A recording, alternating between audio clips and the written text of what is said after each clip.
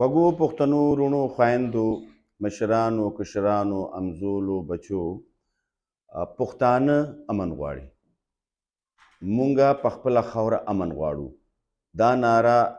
نن سبا تاسو وینئ چې د پښتونخوا د ګوټ ګوټ نه راوځي، د شمالي علاقو نه، د جنوبي ضلعو نه، د منځنۍ پښتونخوا نه، د پېښور درې نه، د نوي ضلعو، جنوبي ضلعو، هزاره ډویژن، څومره پښتونخوا چې ده، بلکې ټوله پښتونخوا د چمن نه واله تر خیبره پورې، د چمن نه واله تر چتراله پورې، د ټوله پښتونخوا کې موږ په خپله خاوره امن غواړو. د دې وجه دا ده چې پښتونخوا کې ټارګټ کیلینګ، بتخوري، اغواګردي، ترهګري دا دومره ډیره شوې ده چې تاسو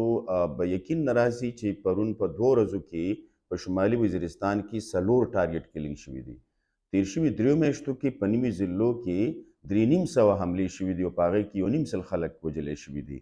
دا دومره غټه ستونزه ده چې پښتانه د بقا سره مخ دي. د دې دپاره په 14 اګست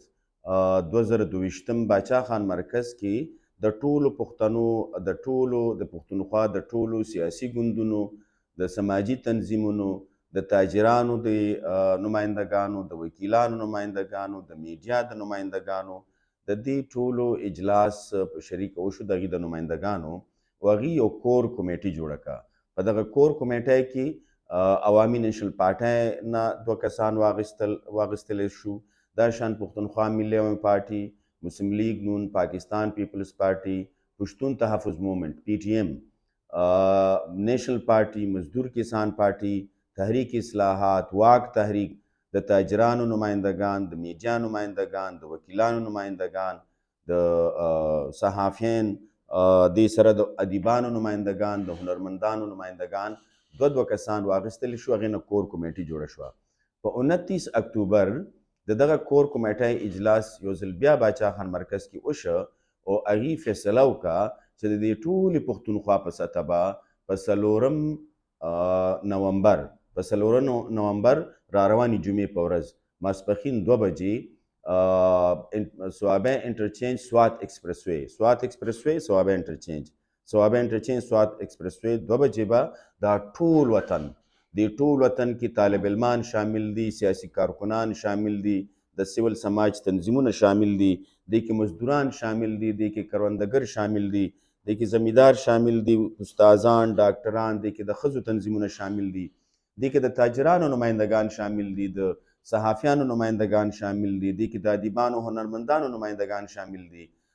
دې کې د ژوند د هرې شعبې سره تړلي خلکو نمایندگان شامل دي.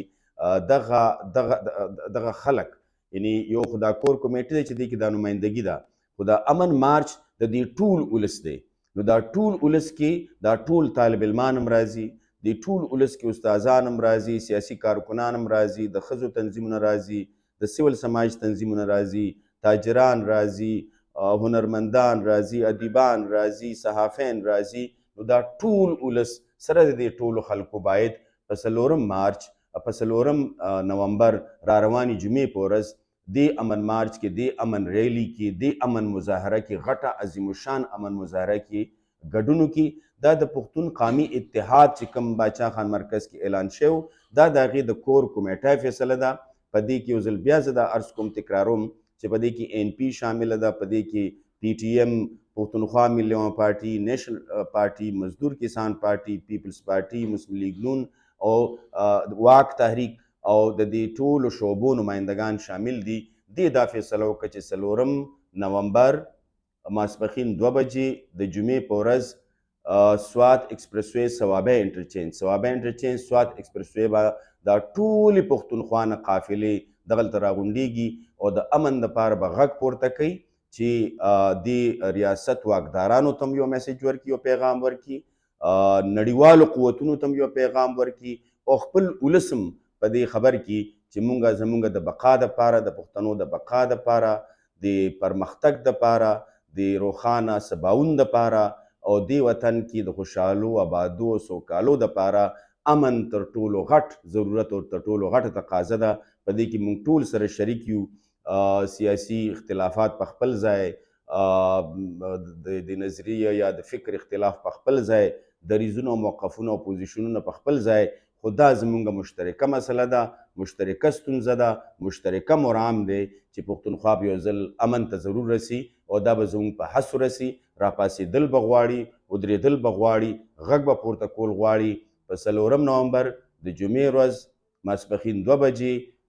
سوات ایکسپریس وی صوابی انټرچینج سوات ایکسپریس وی دی کې به دا ټوله پښتونخوا راغونډېږي. تاسو ټولو ملګرو ته، تاسو ټولو